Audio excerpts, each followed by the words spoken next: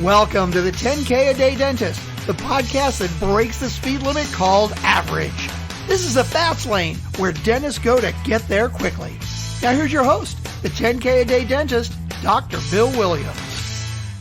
Welcome everybody to 10K a Day Dentist podcast. This is Dr. Bill Williams and we are rolling today. I've got a special guest today. It's Wellness Wednesday, a special oral systemic guru, a friend of mine for 30 years, Dr. Lee Ostler from Richland, Washington is with us today. And let me tell you a little bit about Lee. A lot of you may have heard about him. He's a pretty famous guy in the oral systemic arena.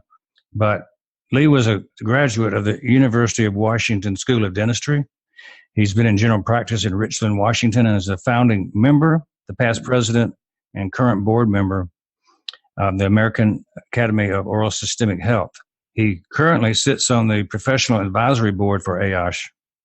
Over the past 15 years, he's presented to combined audiences from dentistry and medicine across the country, teaching dental and medical professionals how to work together to improve patient health and outcomes through co-managed care. He has authored 3 books which focus on the science foundations for the relationships of disease and health through the mouth-body relationship. He's a founder and program chair for the Eastern Washington Medical Dental Summit, an annual gathering of physicians and dentists in the Northwest, which focuses on principles and practices of oral systemic co-management. He's developer and the founder of Redox Dentistry, a novel application of redox signaling molecules for oral systemic health, which was introduced to dentistry at the recent Chicago Midwinter AOSH meetings. So welcome to the 10K a Day Dentist podcast, Lee. Welcome. Thank you, Bill. It's a pleasure to be with you on your podcast. Always good to have friends, always good to have experts. And on Wednesday, we do wellness talk. So you're qualified to be an expert. You're qualified to talk about wellness. And most of all, you're my friend. So what do you think we should talk about today? Well, that's a very interesting question.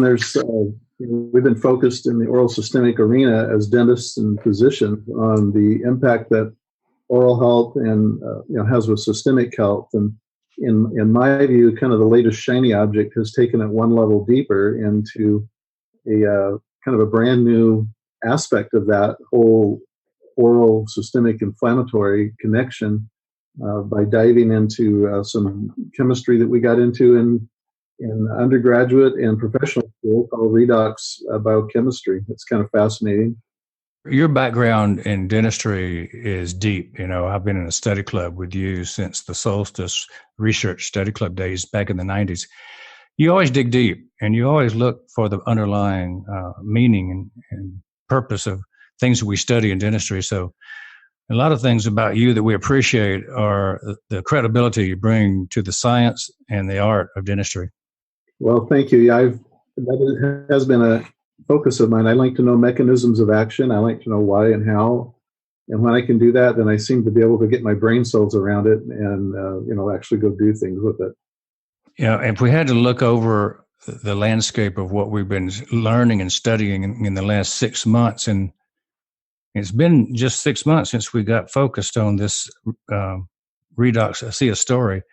Maybe you could tell us how it started and how you actually came to contact me about it. Yeah, it is a fascinating story. I never saw it coming. It's a personal angle.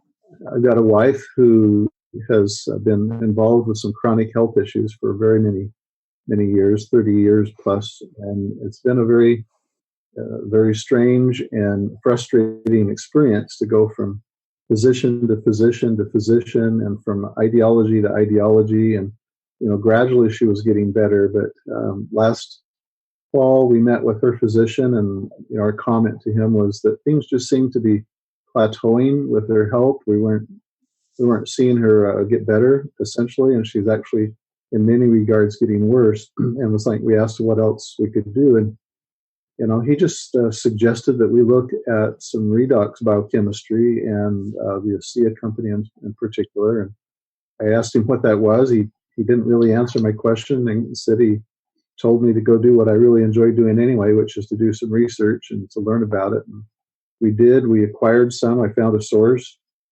and just had a remarkable experience with her in terms of recovering and stabilizing and making some really significant health progress. She's almost off all of her medications now, so that was really huge. Lee, I like the way the physician who introduced you to this dangled the bait in front of your nose and you could not resist. And that's what I find myself doing is patients in my office, they have a specific illness or they have a specific concern in their body, and I don't really promise anything to them, but I say, you might want to look into this. And you did what when he dangled that bait? Well, it's, if your question was about, dangling it in front of people, everybody has their agency. Everybody has, choice. Everybody has varied interests. And for me, I don't know if he understood me well enough to understand why that worked for me. But, when you put something in front of me and challenge me to learn it or dare me to learn it, I'm going to go do that. I'm going to find out how the clock really works. And you continued. You introduced that supplement to your wife. And then what happened? Well, she had a remarkable occurrence. It was like flipping a switch, and that really got my attention. I wanted to know, why was this working? Why have we not been aware of this before? And so I just started to dig deep, like where is the science that made this available, and why don't we know more about it? That's a fascinating science. It goes back to our roots, to cellular biology, molecular biology, and using words that we were all taught in physiology and pharmacology and so forth, but we just never really had a solution until just recently. We quickly forgot those words soon as we got into clinical practice because we didn't think they really mattered to the practice of dentistry, did we? No, we didn't. We forget that we're made of cells, and the cells have to work together and talk together, and when they get sick, we get sick. That's kind of the basis of what this is about. I like this concept of redox dentistry because it does bring us back to basic science and basic molecular biology. I can still remember the Krebs cycle, not all the parts of it, but I can still remember going through redox and oxidation. And this is really what it's about, is ideal cellular function. Well, that's true. And, in the old days, when we were taught this Krebs cycle and the production of energy with ATP and all of the byproducts that it created, the cellular waste or exhaust, as they called it, we didn't pay too much attention to it. In fact, we just thought that it was all bad. And that was the boon and the beginning of what we now know as the Antioxidant Era. Clear back in the 70s and 80s, antioxidants came along as kind of a new novel idea, with the idea that if I've got oxidation going on in my cells and in my body, I need antioxidants or vitamins. And that became as a multi-billion-dollar industry to provide antioxidants to put out the fire that's in my cell. We just thought it was all bad back in the day. We didn't understand its role. When the antioxidants are in the body, what we come to find is they need something to kind of give them a supercharge to go work and do the thing they're meant to do.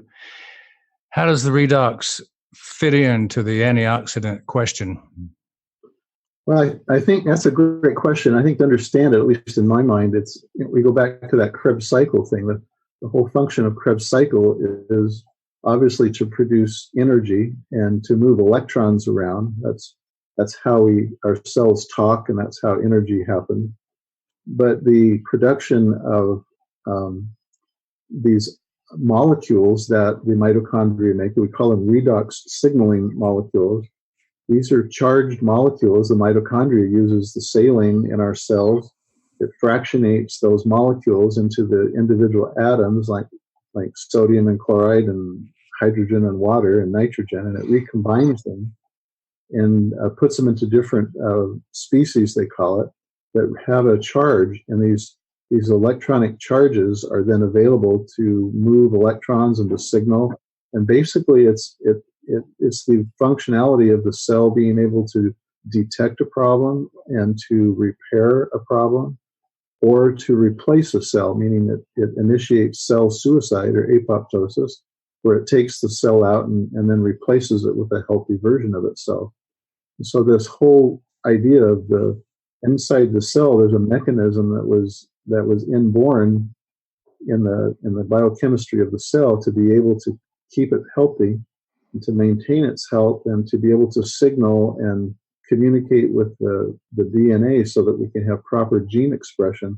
That's really what it's at the basis of all this. And the downside is if we look at this, we all know that we've known this for decades in cellular biology, that each decade we lose about 10% of our mitochondrial efficiency, which is that's the machine that makes these redox signaling molecules. And so we're going to grow old, we're going to wrinkle, we're going to have disease and stress and eventually die. And so it's the deficit of not having enough redox signaling molecules that really is the foundation of ill health or the diseases that we experience.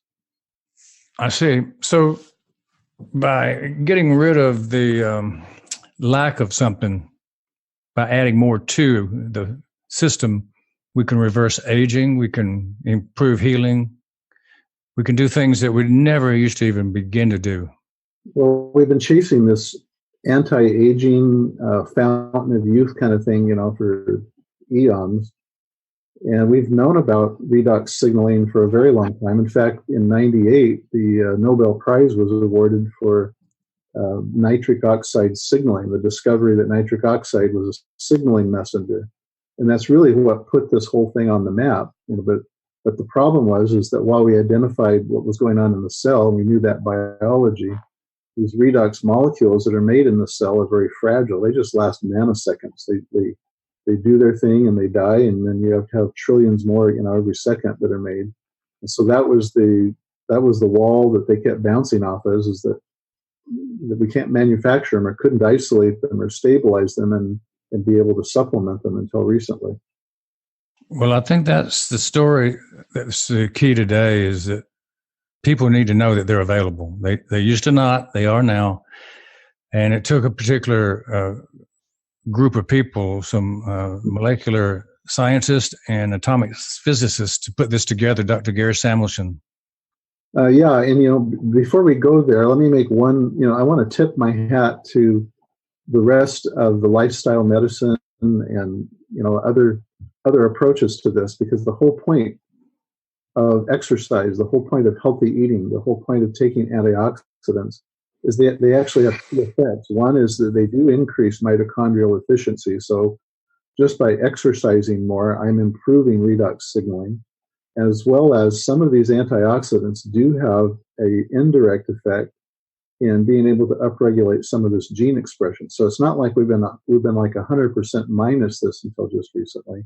But when Dr. Samuelson came into this picture, he was tasked with the assignment as a physicist to find a way to, through electrolysis of saline, to do what our mitochondria does, only to do it in a production chamber, and eventually to be able to design a way to do it in mass quantities so that this could be something that could be, mass produced and given to the public as an adjunct to what they're already hopefully doing. Well, I've enjoyed the benefit for 6 months myself, and I can actually see a change. I refer this product, this supplement, to a lot of friends of mine, and what Dr. Samuelson came up with has really started to revolutionize the practice of medicine, the focus people have on the vitamins and the antioxidants. It's a whole new look at things. It's not the way we used to do it. But what also explains why they work. Again, I'm kind of a mechanism of action guy, and once you understand what redox signaling molecules are and their role, this is about epigenetics, and I think that's we for decades we've been now focused on DNA. You are your DNA, and if you get a gene for this or that, then everybody's kind of feeling like, well, that's what I'm going to have. I'll have cancer, heart disease, whatever. And really, it's not that, as it turns out. It's epigenetics, and epigenetics is kind of the new big buzzword in healthcare, because it turns out that we can, through an epigenetic overlay on the DNA, we can manipulate or change or alter or stop or start certain aspects of gene expression And that's kind of the new big thing. It's what the anti-aging people are really into. It's what prevention's about. It's what gut health is about. And I think the big thing that's going to kick this, in my opinion, while all that's great, it's like, the neurological diseases, everything from, Alzheimer's, dementia, Parkinson's, multiple sclerosis, and even into the autism spectrum, with all of its neurological things. We know that these brain cells and neurons are really rich in mitochondria. They have to support a high energy level in those tissues. And when the mitochondria suffer, then neurological disorders happen as well. And so this whole arena of neurological health, brain health, that's going to be a big deal going forward. And it turns out that we can enhance or replace or replenish, whatever word you want, those redox signaling molecules to the body, to the cell, so that the cell can act like it did when it was healthy, puberty, back when we were young and plastic, and our mitochondria was very efficient back then. Yeah, I like the word you said that our history is not our destiny, essentially, that our DNA that we had is not the DNA we have to live with. We can improve it. We can create a better us. Well, where we're at right now, in my understanding, is, the DNA we have is what we have, but not all of our DNA is fixed. There's probably 5% of our DNA that's fixed and unalterable. But the rest of it is subject to what we call expression. We can upregulate it or downregulate it, express it or suppress it based on our lifestyle. And this is kind of the ultimate lifestyle. It doesn't replace me, or it doesn't mean we shouldn't be eating right and, exercising, but, the whole concept here is that you're holding the power of the immune system in your hand, because we can do something to make up a difference from the stressors that we have in our life. Let's talk about gene expression. We know from research studies that 6 different gene pathways are affected, at least, maybe more. And that of those gene pathways, some of them have to do with hormonal expression, some with inflammatory response, which is a major factor in many joint diseases and the way you feel. There's a lot of diseases out there. There's a lot of conditions out there that are common. And when you can support the body with better biochemistry, things are going to feel better. Things are going to actually go back to health in a lot of cases. So what are the gene expressions that come to mind? What kind of problems do people have that seem to get better? Well, that's a great question, because it's hard to make medical claims. In fact, it's kind of prohibited, but we can talk about structure. Gene expressions is a really interesting aspect. They've done some gene studies on this that have actually shown quantitatively and qualitatively the impact that redox signaling molecules have in these areas. And broadly speaking, the vascular health, arterial elasticity, digestive enzyme signaling pathways that relate to digestive health and gut motility and digestive enzymes. Hormone modulation pathways are affected, including insulin signaling and the other hormones, endocrine hormones that we have. The inflammatory or inflammation pathway, both a reduction in a bad response as well as an enhancement of the immune system's actions itself, and also the innate immune system pathways. This is what deals with autoimmune disorders and immune dysfunction challenges. These are very significant aspects of the gene thing. So the downstream effects of those from a neurological, are serotonin, neuron synapse, insulin signaling, hormone modulation, transcription, gene expression. I mean, these are all kind of the core buzzwords inside these genetic pathways. And if you understand what those are, then you can suddenly start connecting the dots and understanding that if I'm improving in those gene pathways, then the downstream health benefits are going to be significant. I ran across studies and seen patients' blood reports when they've had surveys done of their different triglycerides and cholesterols and blood sugar levels. When see everything gets better, doesn't it? It seems that this is a normalization situation. It just puts everything back towards the healthy status without doing anything different, with taking the redox signaling molecule in and letting them go to work. Well, the effect on the metabolomics, which is what and we know in Krebs cycle that we use glycolysis, or the production, the burning of glucose, as an energy source to run the cell. And what redox signaling does is it takes apart triglycerides, which reduces the triglycerides and makes free fatty acids out of them, and makes those available for burning in Krebs cycle. What that means is that we're reducing LDL. In fact, the study showed a 6.3% reduced in oxidized LDL and serum cholesterol, a shift in 43 metabolites. And what that means is that these fatty acids are being burned first, or used first in Krebs cycle prior to glucose. And so the athletes, for example, love this a lot. It not only reduces LDL and cholesterol and abdominal fat, but it's glycogen sparing. So when an athlete functions hard and they're exercising and so forth, they're creating less lactic acid because they're burning free fatty acids first. And so they can recover easier. We see that in just, I'm not an athlete per se, and in my mind, I guess I am, how that works, but it's still the same effects are for us, in that we're burning that free fatty acid component first, and that's going to have an effect in changing my lipid panels. So, you just spoke that not only does this fix the health problem for people, but it also gives the healthy person better function, endurance, and strength to be a more world-class athlete.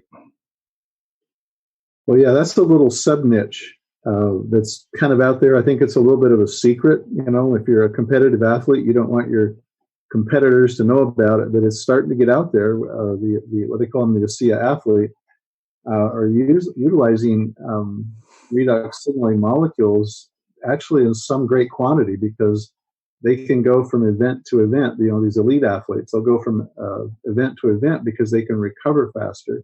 They don't have the down effects of all that lactate running around in their system following a triathlon or whatever they're doing. And so at that elite level, they're head over heels over this, but it's still just following the same principles that we've been discussing. And the common folk, or the person with diseases, they're getting the same benefits, even though they're not running triathlons per se. Correct. Well, let's talk about some things we see in the dental office. As dentists, we prescribe and we recommend things to our patients. So I've been doing this for a while. I know you have. What are you seeing with your patients in the dental office? The redox dentistry side of this came about when I recognized what the functional medicine people were saying, that it reduced pathogens in the gut and healed, from leaky gut syndrome issues, and that it upregulated the cellular function, like we've been talking about, the gene expression.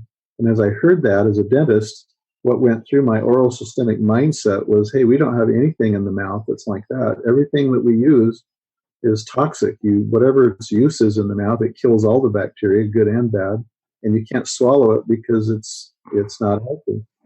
And so when I made that, when that light went on and the dots connected in my mind, I thought, this would be good to put this in the mouth and use it. And here's why.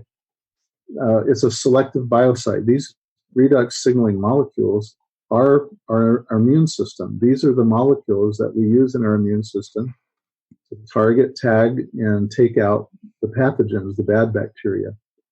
And so in the mouth, that's a wonderful thing. And the dual benefit is that it also is affecting cell health, immune system.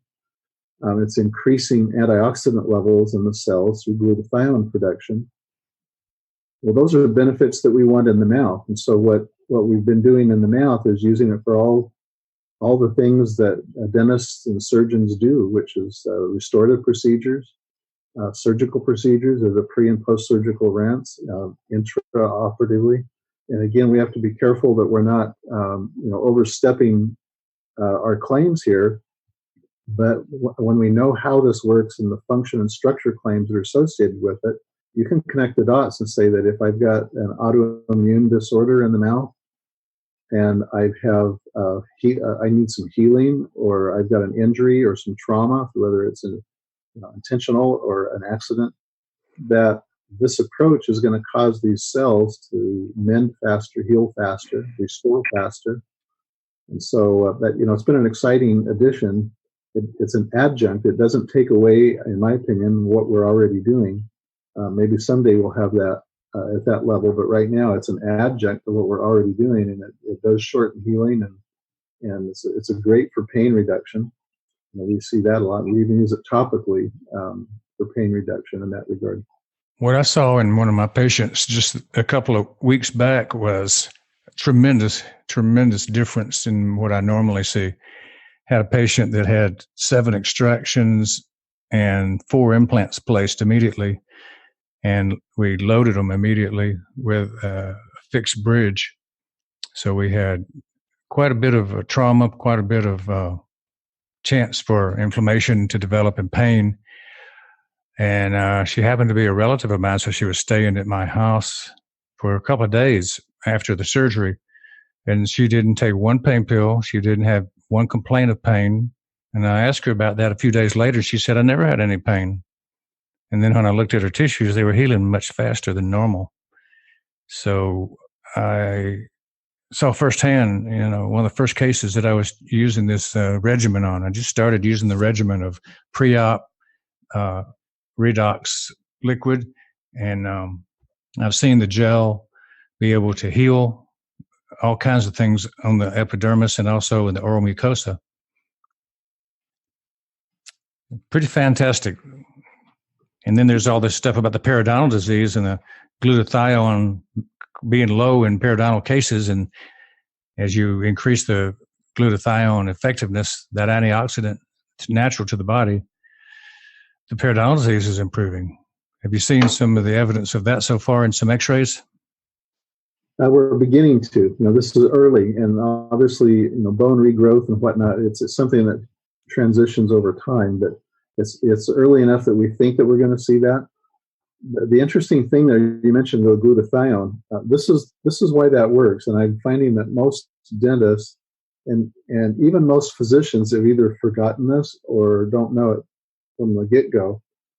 But the gene pathways we were talking about before, for decades or years, we've been talking about the nuclear factor kappa beta pathway that upregulates the cytokine cascade. That's the innate immune system's inflammatory response to things that hurt us, such as periodontal bacteria and pathogens.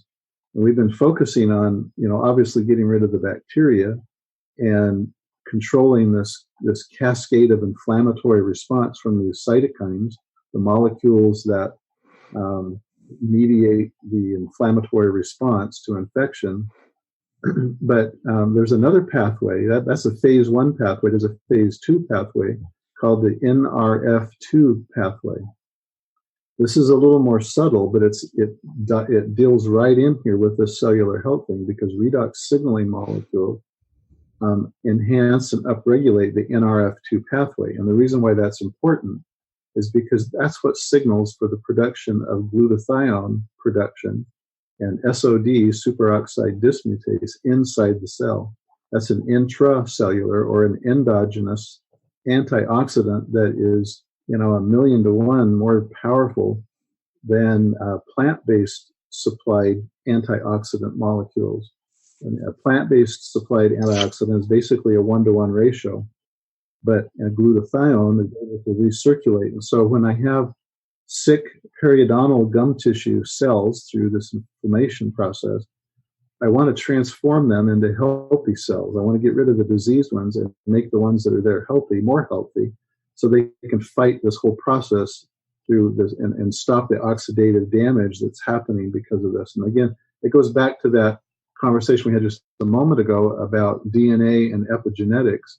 If I can manipulate or enhance the immune system response by activating the NRF2 pathway and creating more glutathione, then my own cells can heal themselves quicker and faster and better. Well, Lee, you proved one point. You are the mad scientist of dentistry. Those analysis and the mechanism by which all this works is far beyond what most people listening will understand, but they will know that because you said it, it's probably true. Well, I believe it's probably true. And it is funny to talk to other physicians, and most of them haven't heard about redox signaling. I mean, they probably did at one time, but that's not their clinical practice or in their mindset. It's so far gone. And that's why I think this is really going to shift over the coming years.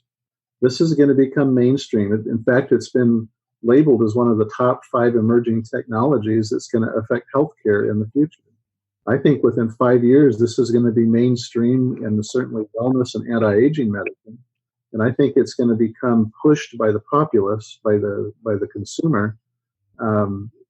It's going to be pushed into common day parlance. Everybody's going to be talking about this and pursuing it, and we need this in our healthcare system today because drugs are just too expensive. Disease is too expensive.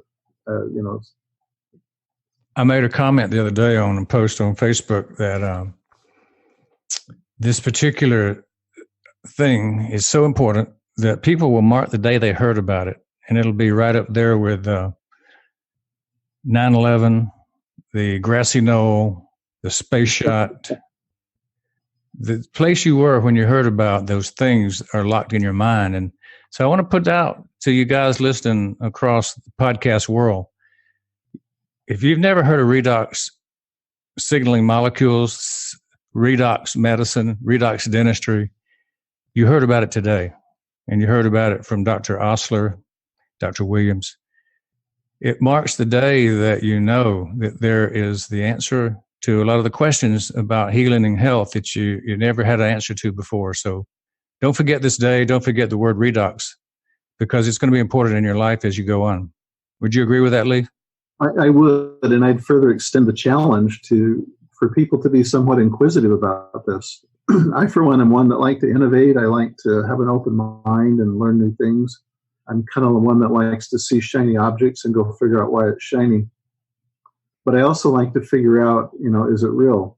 And that was something that I spoke with Dr. Samuelson, the atomic physicist. I had to go right to the source personally to figure out why this works. What is it that he did that was so different that it took, it was 20 years in the development. In fact, this was going to become a product on the drug side. They were looking for a drug classification for this for HIV, sepsis, and cystic fibrosis.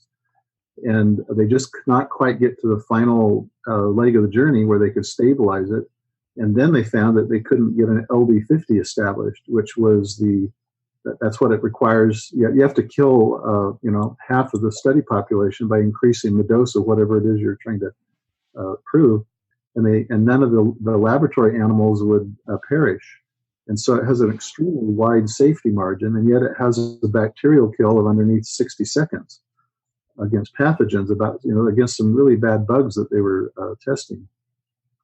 And so that's when they made the decision that we can't, since we're not going to make a drug out of this doesn't need to be in a physician's RX prescription management protocol.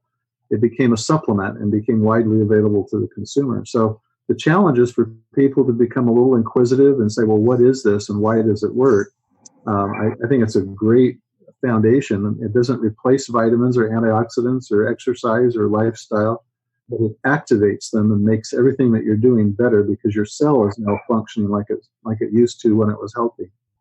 That's an excellent analogy. And tell us how we can get more information on this and learn more even about how to add redox to our daily health regimen. Well, there's, from a dentist's point of view, you've got a lot of dentists and hygienists listening, I'm sure. Redoxdentistry.com is a site that we put up that will have some information on it, how of the oral health applications of that. We even have a handbook there that describes a little more of the science and some of the protocols that we put together. This is a kind of phase 1, part 1. I'm sure we'll be enhancing it as we learn more about this.